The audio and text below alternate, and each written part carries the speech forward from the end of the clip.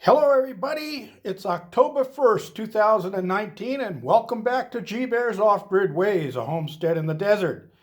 And today we're going to do a how-to video and how to get the best out of your table saw. You can do this with just about any size table saw.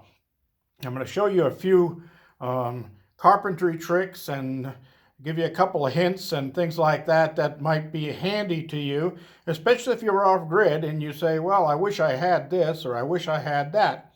All right, so to start with, what you're looking at here is I added this piece of wood using self-drilling screws, and I've got two of them on there, and it's a piece of 3/4 inch plywood, and it's the same height as my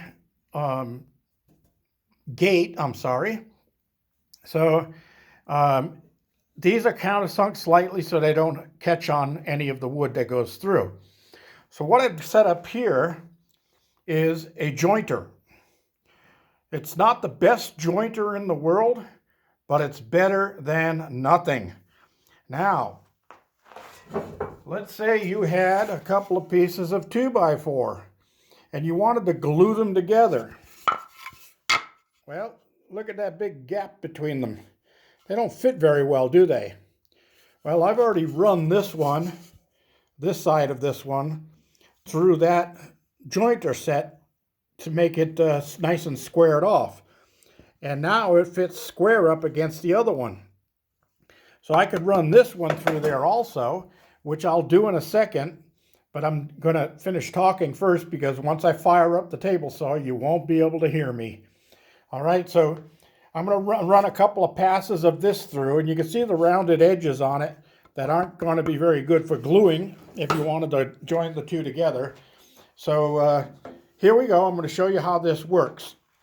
Now, normally, if you want more accuracy, what I did was, let me crank this down a minute. What I did was I put the board against here and then raised it or slid it over so it was right over, halfway over the blade, okay?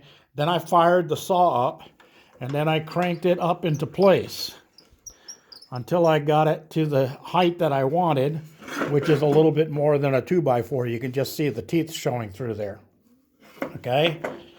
So I checked it, and it's just barely, the teeth are just barely over the surface of this. So normally, to get a more accurate cut, what I would do is put a piece of tape or two, double thickness, whatever I had to, on this side of the blade so that that takes up the extra space as it goes through. But as long as you remember when you're doing it like this, without the tape on the other side, is that you don't want to put pressure on this side or this side because you can see it rock. It'll rock on the blade and you'll get more cut on one than on the other. So as you're going through, your pressure point is going to be right where the blade is. And as soon as you see the blade finish cutting this final corner, you don't have to press at all anymore. You're just going to glide it off and get it out of the way. Okay, so here we go. I'm going to show you this cut real quick so we can move on to some of the other items.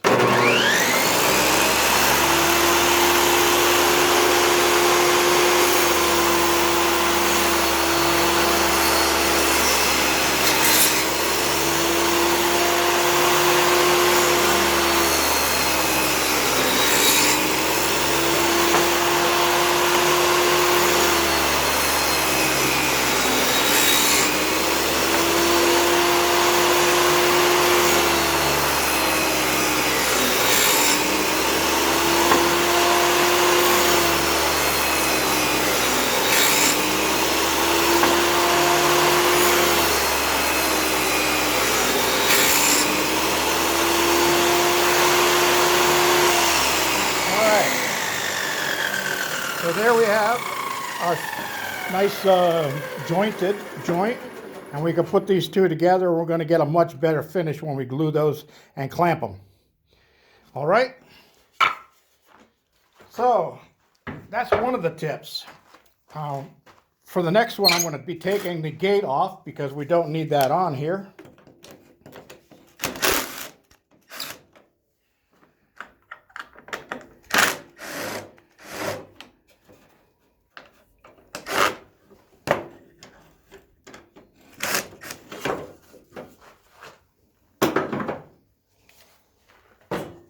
All right. So the next step is for cutting table legs.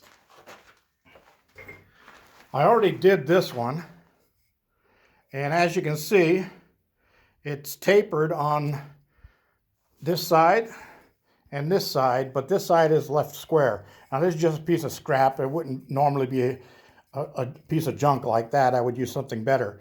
But to get those tapers on there, you can buy or you can make a jig like this. Okay. Now notice it's got a little L piece here. That's so that the wood will lock up against it. So this goes against your gate like that. And what we're going to do is, I have another piece. Oh, here it is. I have another piece here that's just a squared off piece of 2x2. And let's say I wanted to make a small bench with a nice tapered leg on each corner. Okay, so I'm going to bring this so that my stop is right across from the blade. Now I can slide my gate in until I get the thickness of the base of the unit that I want here. So let's see, I wanted it at 1 inch. So I would take my ruler and I would measure 1 inch on the inside of the tooth of the blade, that's this side, up to my stop right there. Okay, now I can lock my gate down, and that's what I'm going to get. So now I want to cut off, this is a good edge up here, so I'm going to cut off this side to make the table leg. So I'm going to put this up against the stop like that. Make sure it stays up against your bed there, and you'll see it's at first it clears. It's not going to hit the blade. Okay, so that's where we want to start. So I'm going to fire it up. I'm going to make the first cut through. It'll give me the angle cut. And then I'm going to flip it 90 degrees, and I'm going to make a second cut, and then I will end up with a second leg just like this. All right, here we go.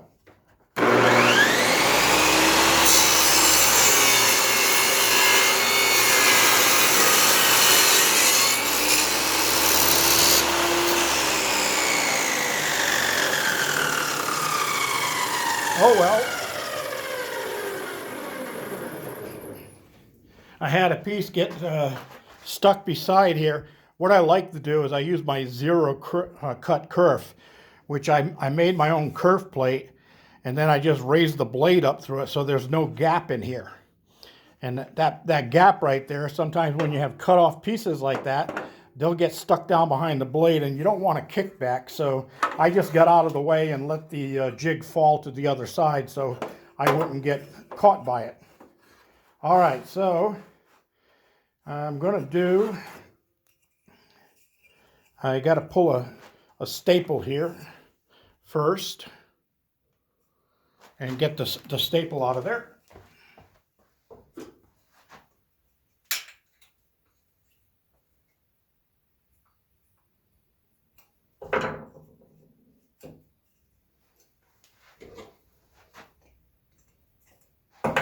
All right, so now we can rotate this 90 degrees, and we're going to make our second cut and take off the other piece. All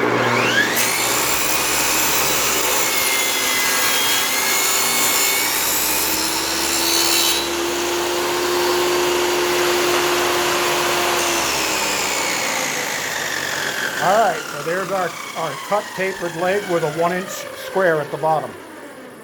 All right, so that would end up being a nice little tapered table leg that could be used for your little projects. All right, we got that part done. We'll move on to the next one. This is probably what everybody's been waiting for, is because it was in the title, is cutting a perfect circle on a table saw. You can say, wait a minute, how are you going to do that? Well, it's really quite simple. And a couple of things you'll need is, one, you'll need your ruler and straight edge. Of course, you need your pencil,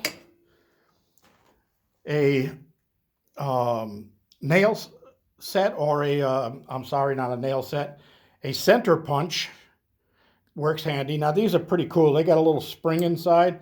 So you set the punch where you want it. You pull this side back and release it, and it makes the punch for where you're going to drill your hole. All right. Now I prepared a couple of pieces of wood in advance here to show you what I'm going to be doing. And some people are going to go, whoa, I don't want to drill a hole in my saw table. You know what? You drill the hole, you'll never know it's there for as long as you go, until the next time you go to cut a circle and you go, oh yeah, I already have holes drilled. So anyway, let me show you how that works. First, we'll get the wood out of the way here. And, oh, there goes my center punch. Well, I'm going to have to get that center punch out of there before I fire it back up again, because it's down at the bottom of the blade here. So I'm going to move the camera out of the way so I can get into there and reach down and get a hold of that. So stick with me for a second, folks, and I'll be right back here.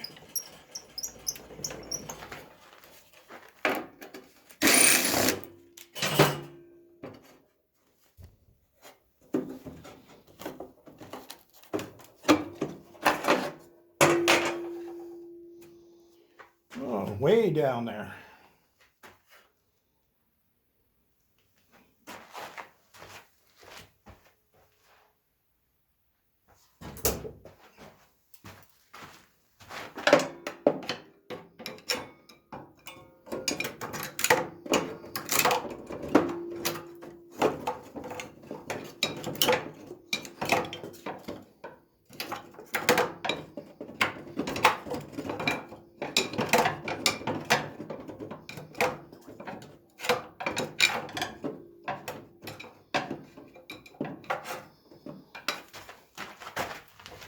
All right, I think I just shoved it out the exhaust port, which I normally have hooked up to my dust collector, which is over there on the floor beside the router table. All right, so let's get this put back together.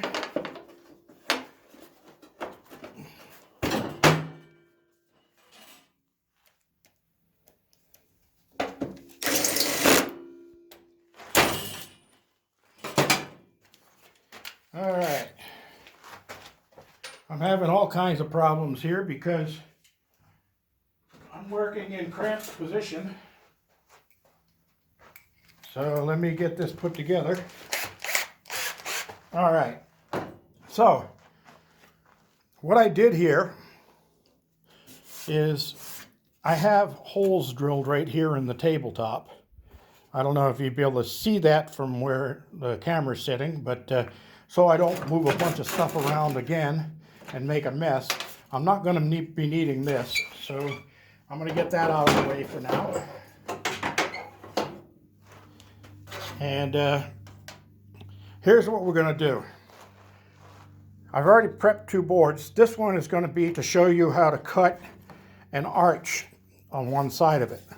And it's basically the same thing as you're doing when you're cutting a circle. Now, I've started this one already, and what I did was I cut a perfect square out of a piece because this is the size circle I wanted to make. Okay, so now it's 9 inches across. So that's the size of the circle I want to make. All right, so in order to make it 9 inches across, I'm going to have to pivot it on the center at 4.5 inches, which is, if you look here, is right where it's pointing, 4.5 inches, okay? So I'm going to bring my blade up a little bit, and I'm going to move this piece of wood temporarily so it's not in my way. And I'm going to get rid of some of these tools over here so they're not in my way. All right, so what I did was I got a perfect square, but it doesn't matter. You can do it with a rectangle too, and it'll turn out round. but it'll be for the narrow side of the rectangle. Then you're going to go from corner to corner and draw a line, and go corner to corner, draw a line, and that intersection right there is your center. Okay? So, in the center, I'm going to drill a hole, and the drill bit is the size of a shingle nail. Okay? The diameter of a shingle nail. So let's go through here in the center. And there we go, we got a hole. Now you can take your nail and put it through the hole, okay? If you have any little pieces like that down off there, you want to get rid of them. All right, so now I measured 4.5 inches out, which ended up right in the channel here, and I drilled a hole. This one is from a prior project, this one's from a prior project. And I can go out as far as I want.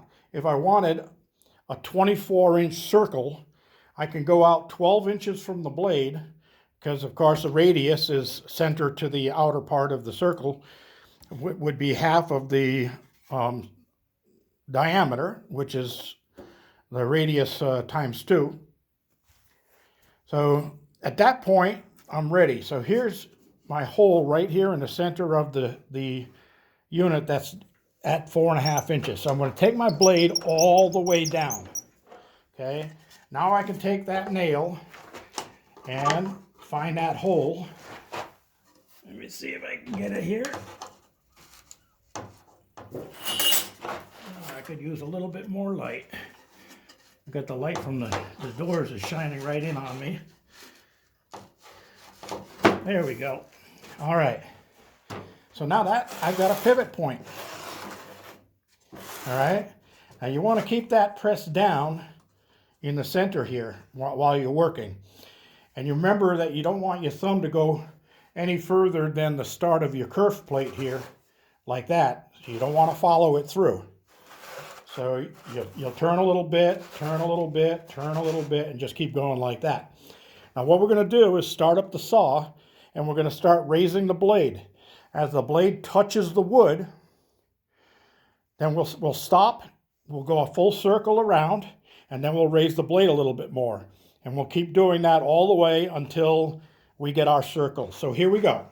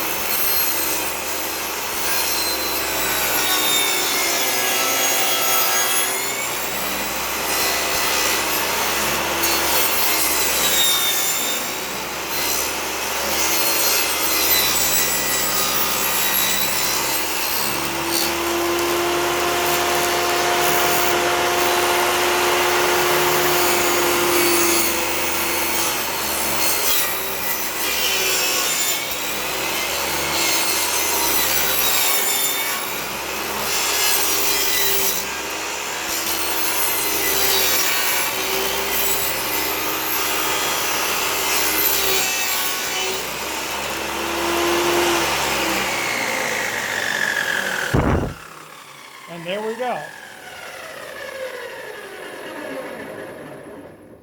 Okay, well, we pull that out and we got ourselves a nice perfect circle. Look at that. All right, now some people will say, well, I don't want a hole in the center. I'm not going to be using it for a wheel. It's going to be a stool top or a little tabletop or something like that. Well, what do? You get out your hot glue gun. You find your center and you hot glue the nail right onto the center like that.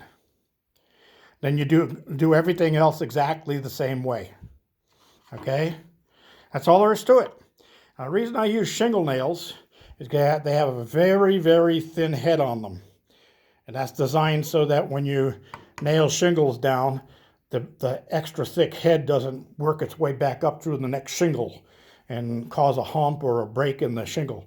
So they keep real thin heads on these, and it works out great that way, because now you can set that right in some hot glue, let it cool for a second, and go back to cutting your circle. All right, so we got that one done. So I mentioned that you can also cut an arch if you wanted to. Well, here's my board, and let's say I wanted an arch on the top of this.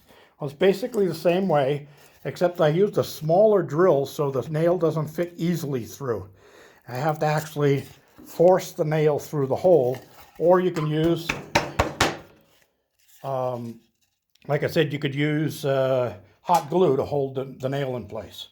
All right, so now, if we set that there, I think I wanted this one. Okay, so now we can actually just lower the blade down a little bit because we don't have to go all the way down because we have clearance on the unit. And we're going to make our first cut about 1/8 of an inch deep. Here we go.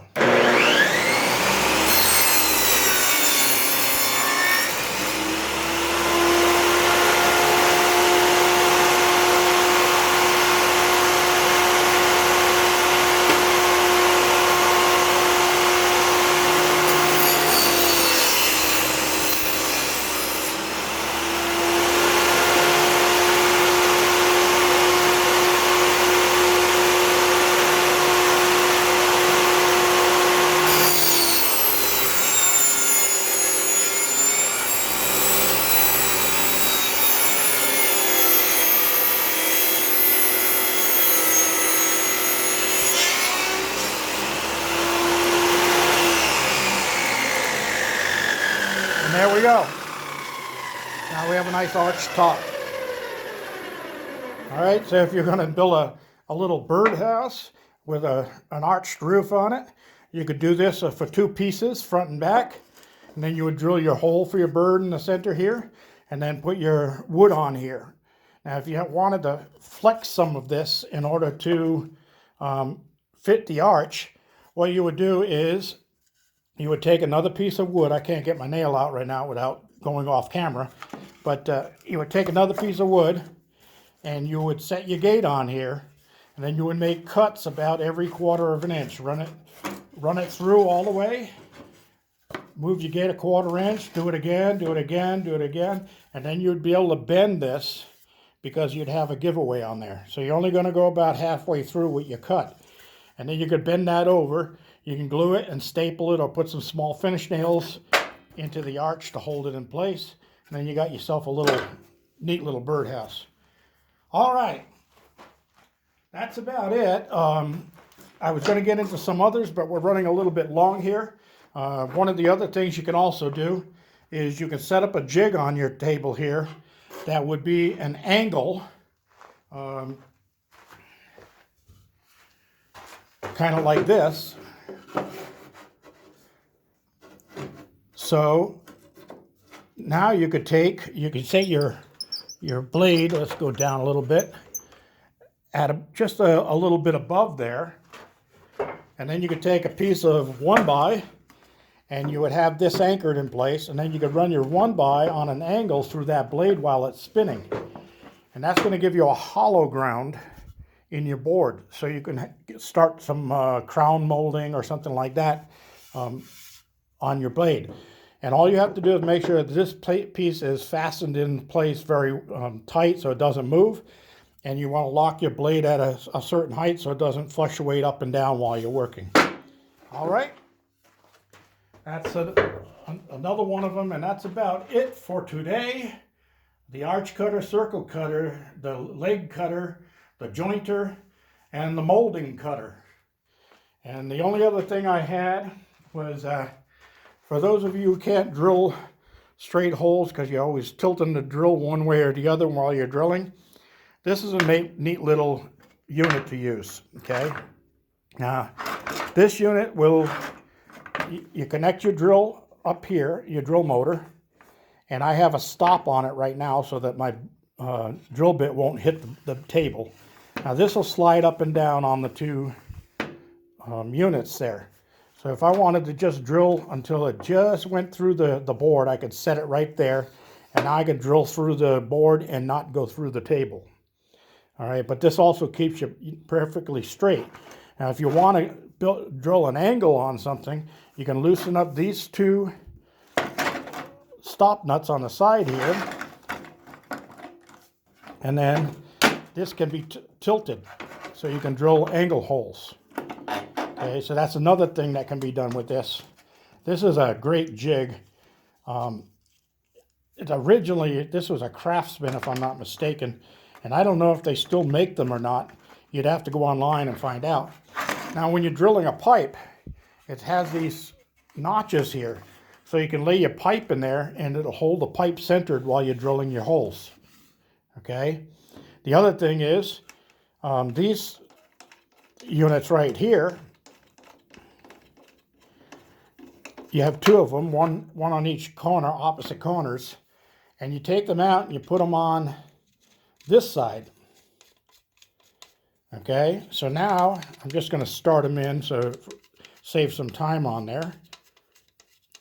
And what is that for? Well, what that does is it helps you, if you had a board like this and you wanted to drill dead center on there, you set this on there, turn it till both those pieces hit the wood, and now when you drill, you'll be drilling dead center in the board. And see, that drill would go right dead center in the board as long as you keep those two locked in place. So you can go with the wider boards by rotating this the other direction, so forth and so on. Great little tool. Loads of things you can do with it. Now, if you're just going to drill a bunch of holes the same depth in a piece of wood, you can actually lock this one, set this down in place, and then lock this one with the drill bit sticking out the bottom, and then you could just keep pressing it into the board all the way down. There are millions of things you can do with it. Great little tool. If you find one, grab it. I had one years ago. It grew legs and disappeared. And I was at a yard sale one time, and the guy had this one sitting there, and I said, I'll take that. He goes, do you know what that is? I said, yeah, as a matter of fact, I do. So there we go. That's it for today, everybody. I hope the how-to video helped you out a little bit and give you some ideas of things you can do with your table saw instead of just cutting boards straight. So if you have any questions, post them below in the comments. Don't forget to give me a thumbs up down there. Don't forget to subscribe if you haven't subscribed already, and share this. Save it if you need the information. G Bear signing off.